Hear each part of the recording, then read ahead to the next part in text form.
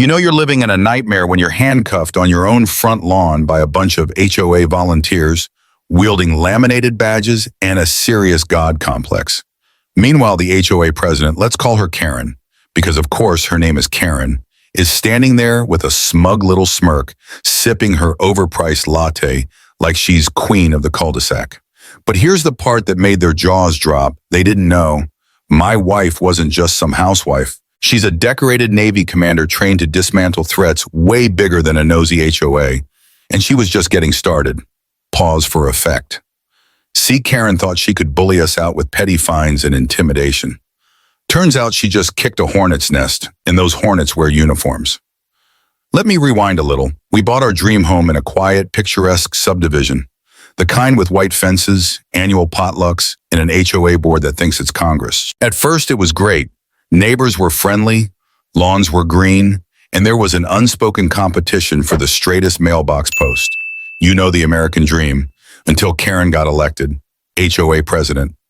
Almost overnight, she turned the neighborhood into her personal fiefdom.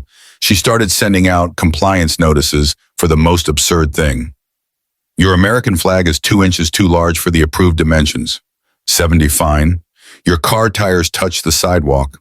$50 fine. Your grass exceeded the maximum blade length of 3 inches. $100 fine, no appeal process. No discussion, just fines. Threats and more fines, and if you dared question her. Suddenly you found yourself on the wrong end of a special HOA review committee, which was really just Karen and her coffee club deciding your fate over scones. But Karen didn't stop there. Oh no. Karen had plans. She found an obscure clause buried deep in the HOA bylaws that allowed the board to initiate involuntary eviction proceedings if a homeowner demonstrated a pattern of non-compliance. And guess what? Thanks to all her bogus fines, she had manufactured that pattern against us. One chilly Thursday morning, she sent a crew of HOA enforcers, basically a bunch of rent-a-cops with zero real authority, to our house. They showed up waving some pseudo-legal eviction notice and barking orders like they were on an episode of Cops. I tried to reason with them, explain that HOA boards can't just evict people without a court order. But reason wasn't on the menu that day. Before I could call our attorney, they had me zip-tied and thrown on the grass like yesterday's trash. Our kids were crying, our dog was barking his head off, Karen was laughing, and then the front door slammed open. Out stepped my wife in full Navy dress uniform, ribbons, badges, the whole 9 yards, looking every inch the battle-tested officer she is. The enforcers froze, one of them muttered, ma'am, we're with the HOA, like that would somehow excuse trespassing and false imprisonment. Big mistake. Because you see, my wife, Commander Rebecca Harris, doesn't just know about the law, she's protected under the Service Members Civil Relief Act, SCRA, a federal law that shields active duty military families from exactly this kind of nonsense. And she was about to make sure Karen and her HOA goons learned that the hard way. After that chaotic morning on the front lawn, you'd think Karen and her merry band of HOA zealots would have backed off. You'd think seeing a Navy commander ready to go full legal warfare would make any sane person reconsider. But you don't know, Karen. Karen saw my wife's uniform, heard about the military protections, and decided it was a personal challenge. First came the official letters, certified mail, thick envelopes stuffed with petty accusations. According to Karen, our mailbox was 2 inches taller than HOA standards. Our shutters were a non-compliant shade of navy blue. Our recycling bins were visible from the street for more than 20 minutes after pickup. Yes, 20 minutes, I wish I were kidding. Each violation came with a hefty fine, $150, $250, even $500, stacking up faster than the interest on a payday loan. Then came the special hearings. Karen organized emergency HOA board meetings where they conveniently forgot to notify us. During these kangaroo courts, she and her cronies would vote to escalate penalties, tack on legal fees, and threaten to put a lien on our property. It was textbook HOA abuse, weaponizing obscure bylaws, manipulating records, intimidating other homeowners into silence, and all because Karen had her sights set on our corner lot, the biggest, nicest property in the neighborhood. Oh, and did I mention Karen's sister-in-law just happened to be in the market for a house and was looking at ours? Coincidence? Sure, and my grandma's a Fortnite champion. Karen didn't act alone, of course.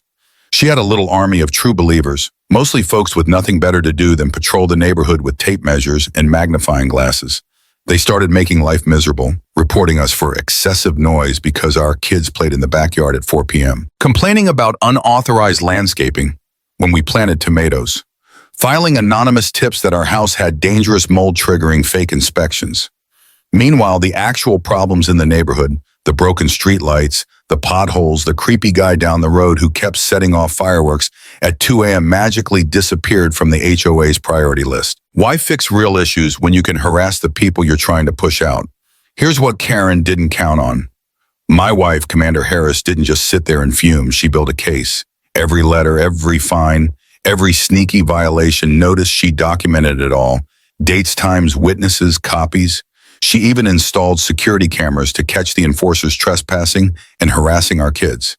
Then she contacted a few people she knew, people who actually understand the law. Within weeks, we had 2 heavy hitters on board, a military JAG officer specializing in SKRA violations, a civilian attorney who loved eating predatory HOAs for breakfast, and together they put together a beautiful ironclad case. Karen hadn't just overstepped. She had violated federal law. Specifically, she had violated the Service Members Civil Relief Act by attempting eviction without a court order, committed defamation by making false accusations to other homeowners, engaged in harassment and intimidation, violating both HOA policies and local ordinances. Oh, and that eviction attempt. It legally qualified as criminal trespass and unlawful detainment. Oops. While we prepared our legal strike, Karen was busy celebrating what she thought was her inevitable victory. She didn't notice the neighborhood mood shifting, because when you push your luck too far, even your allies start wondering when they'll be next. One by one, neighbors who had once been terrified of Karen began reaching out to us. Hey, they fined me for having a pumpkin on my porch in March. She threatened to tow my car for parking it overnight in my driveway. She said she'd start foreclosure if I didn't repaint my fence. Turns out Karen had a pattern, and thanks to our careful documentation, we had the receipts. It wasn't just our fight anymore. It was everyone's fight. In the weeks leading up to the big showdown, there was a strange tension in the air. Karen strutted around like a dictator on parade, issuing new rules, cracking down on imaginary infractions, waving HOA violation letters like royal decrees. She was so drunk on power, she didn't see the storm clouds gathering. Meanwhile, my wife, calm as ever, continued going to work, coming home and preparing behind the scenes. The neighbors, once wary, started waving to us again. Some even dropped by with cookies and quiet encouragement. We weren't just taking back our home, we were taking back our neighborhood. And Karen had no idea how spectacularly she was about to crash. If you thought Karen had already shown her full crazy deck, buckle up. Because what she pulled next made every HOA horror story you've ever heard sound like a Sunday picnic. See, after weeks of piling up bogus fines and trying to turn the neighborhood against us, spoiler, it backfired. Karen realized she was losing control, and when a petty tyrant feels the throne slipping, they do something really special. They double down on stupid. Karen filed a formal motion with the HOA board to foreclose on our property. Yes, you heard that right. Foreclosure because of a few $100s worth of fines that weren't even legitimate. Under some HOA agreements, if you rack up unpaid fines, the HOA can place a lien on your home, and in extreme cases move to foreclose. But it usually takes months or years of serious non-payment, real violations, and actual court oversight. Karen thought she could just fast-track the whole thing by declaring us in default, then auctioning off our house to her sister-in-law at a bargain price. She even scheduled a special HOA auction date, printed flyers, started telling people we were moving out soon. The woman basically tried to steal our home in broad daylight. And folks, she almost got away with it 2 weeks before her little foreclosure fantasy was supposed to play out. Karen made her final fatal mistake. She ordered the HOA's handyman, a guy named Stan, who mostly fixed broken sprinklers, to come onto our property without permission. While we were at work, Stan, bless his heart, was a simple man. He wasn't out to hurt anyone. He just thought he was following orders. But that day he crossed into our backyard, started documenting supposed violations, and accidentally triggered our security system. Within minutes, we had full video footage. Stan climbing over our locked gate, Stan taking pictures inside our windows, Stan yanking a non-regulation American flag plant holder out of the ground and tossing it in a trash bag. We handed the footage over to our lawyer. And that's when things went from petty HOA harassment to serious criminal trespass. Because see, it's one thing to fine someone for wrong-colored shutters. It's a whole other thing to illegally enter a federally protected service member's home. The penalty? Huge fines, civil damages, and potentially criminal charges. Karen had just stepped into a minefield barefoot. By now, the entire subdivision was buzzing. Word had gotten out thanks to a few discreet neighborhood Facebook posts about what Karen was doing. Homeowners started pulling out their own violation letters, comparing notes, realizing they'd been played for fools too. Turns out Karen had a pattern, forgiving certain people's fines if they voted for her, waiving penalties for her friends, enforcing obscure rules selectively against people she didn't like. It wasn't just bullying anymore. It was fraud, abuse of power, and gross mismanagement of HOA funds. People were mad. Not quiet mad either. Pitchforks and torches mad. A group of residents organized a special meeting legally allowed under HOA rules. If enough homeowners sign a petition to remove Karen and her cronies from the board, guess who signed first? Yep, Stan, the handyman. Apparently, after realizing he'd been set up to commit a crime, he wasn't too eager to take the fall for Karen. The day of the special meeting, Karen showed up wearing a designer suit and sunglasses like she was walking into a Vogue photo shoot. She strutted up to the microphone, sneered at the crowd, and launched into a speech about protecting property values and maintaining community standards. It might have worked if half the room wasn't holding binders full of evidence against her. One by one, homeowners stood up and recounted their Karen horror stories. Fines for dirty roofs after a rainstorm, threats of towing for legally parked cars, intimidation over Christmas decorations. And then our lawyer took the floor. He laid it all out. Video evidence of trespassing, documents showing selective enforcement, emails showing Karen plotting to fast-track our foreclosure. You could hear a pin drop. Karen tried to argue, of course. She blamed rogue board members, clerical errors, even fake news. But the icing on the cake. Our lawyer revealed that Karen had misused HOA funds to pay for landscaping at her own house to the tune of $8,000. $8,000. Neighbors gasped. Some booed. One guy just stood up and started slow clapping. Within 15 minutes, a vote was held. Karen was officially removed as HOA president along with her entire board. Her face, imagine someone sucking a lemon through a straw while getting slapped with a cold fish, priceless fallout. In the aftermath, Karen was sued for breach of fiduciary duty. Criminal trespass charges were filed. Our fines were wiped clean. New sane people were elected to the HOA board. The foreclosure attempt, dead and buried. Karen ended up moving out of the neighborhood 3 months later, couldn't show her face at the grocery store without getting dagger eyes from 50 different directions. Last we heard, she's living 3 towns over trying to start fresh. Good luck with that, Karen. Now, you might think Karen getting booted from the HOA presidency and losing all her cronies would have been the grand finale. Nope. Karen wasn't just a bad neighbor. She was a ticking time bomb of bad decisions. And lucky for us and every other fed-up homeowner, she left a trail wide enough to drive a semi-truck through. See, we didn't just want Karen out. We wanted to make sure no HOA board ever again thought it could bully, harass, or illegally foreclose on a military family, or any family for that matter. And oh boy, did we have the ammo. During the discovery process, basically where lawyers dig through every piece of evidence with a magnifying glass, our attorney stumbled on something juicy. Turns out Karen had been running her own little side hustle. Remember all those special assessments the HOA had been charging for landscaping improvements, security enhancements, and community events? Yeah. A significant chunk of that money, thousands of dollars, had never been spent on anything community-related. Instead, Karen had redirected funds to her brother's landscaping company, which, shocker, barely existed, and then pocketed kickbacks under the table.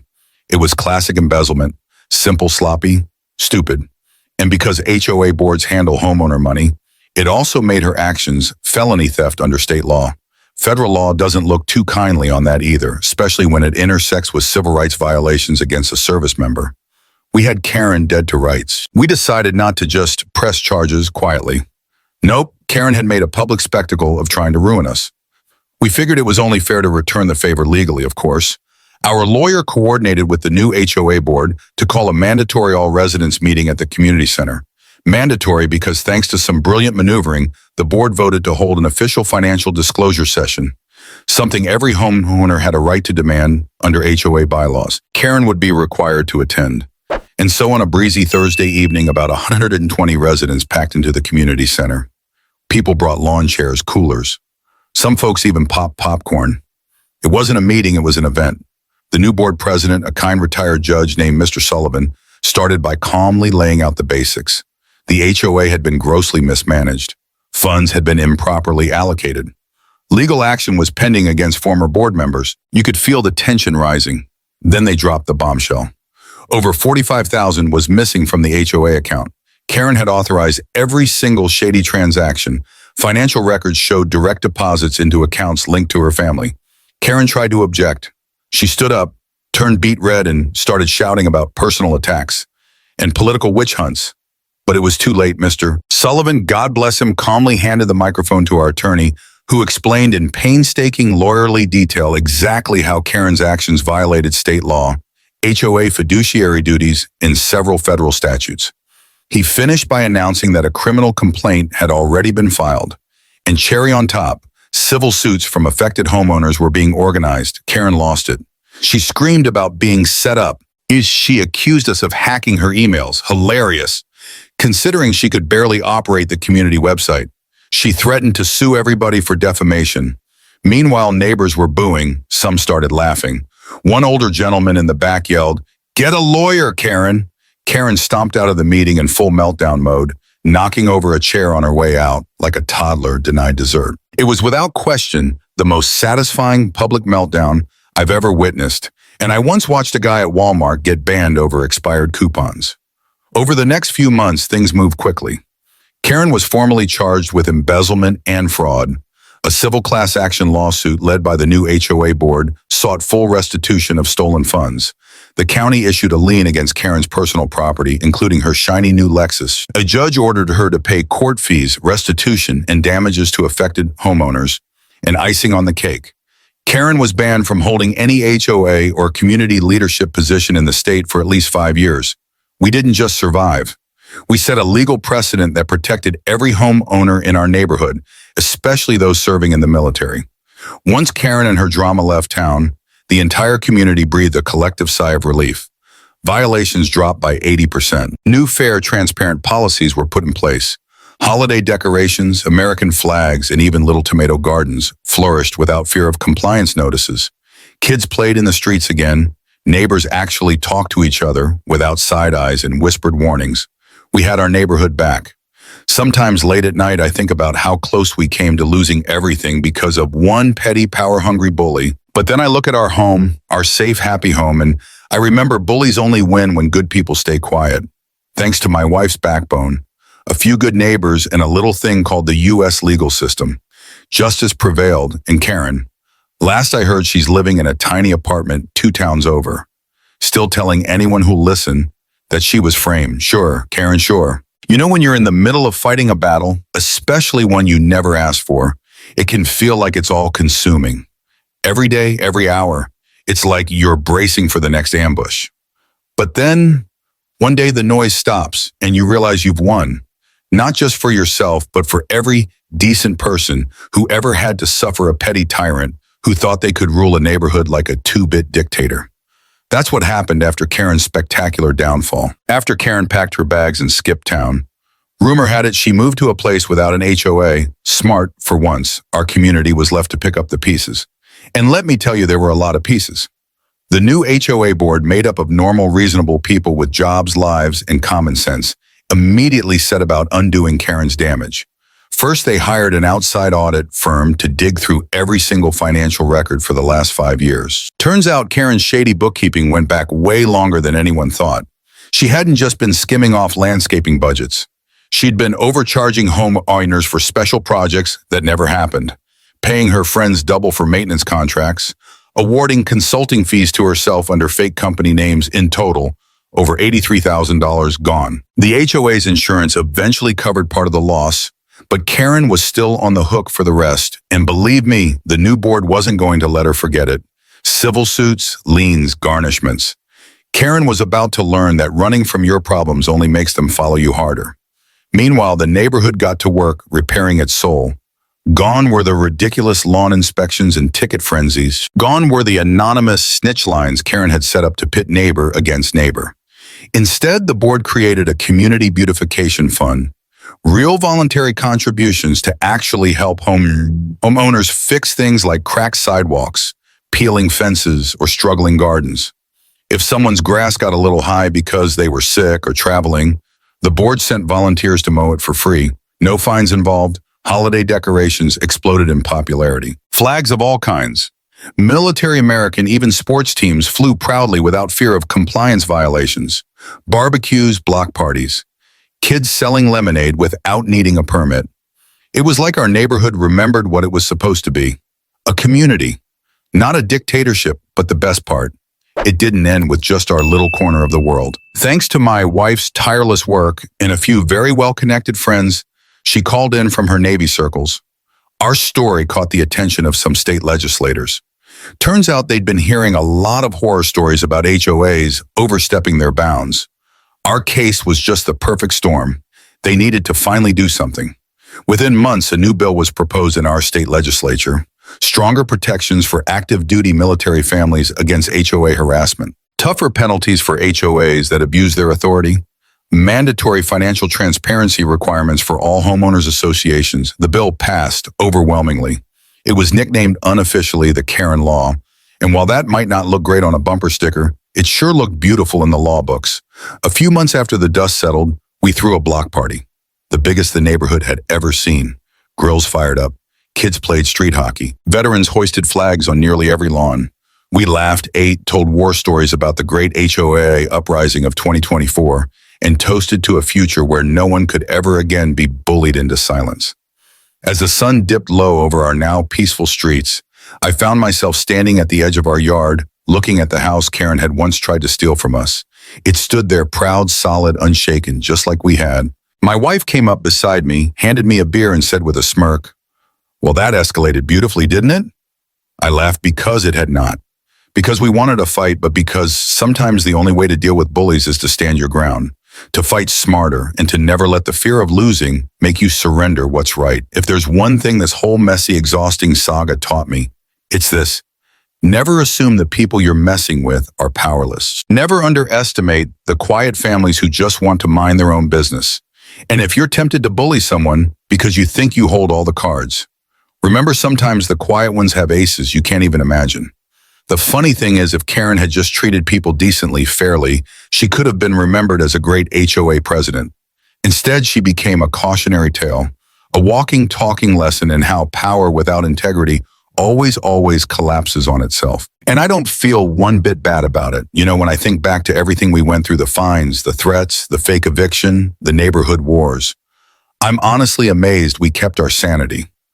Well, most of it. I still twitch a little when I see a certified letter in the mailbox. But beyond the drama and the late-night legal research binges, this whole mess taught me a few things. Lessons I think a lot of people, especially a lot of HOAs and little neighborhood tyrants out there, need to hear.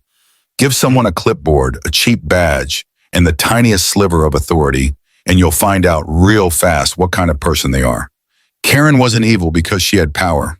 She became evil because no one stopped her when she abused it. A good community holds its leaders accountable. A great community remembers that leadership is service, not domination.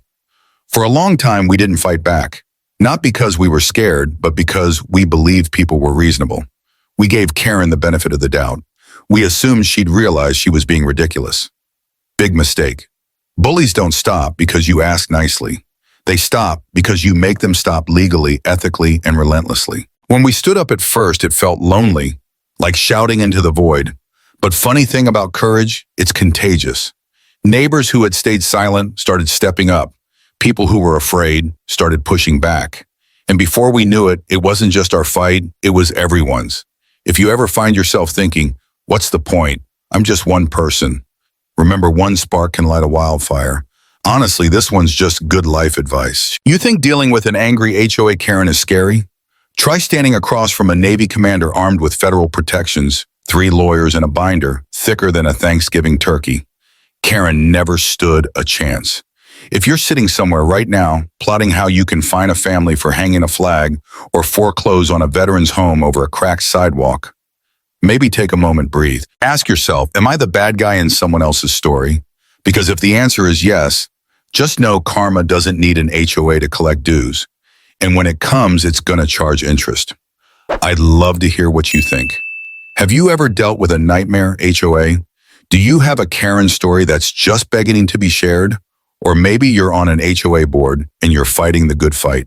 Drop your stories in the comments. I read every single one. Let's swap battle scars, share a few laughs, and maybe help a few more people take their neighborhoods back. And hey, if you enjoyed this saga, hit that like button, subscribe, and stick around.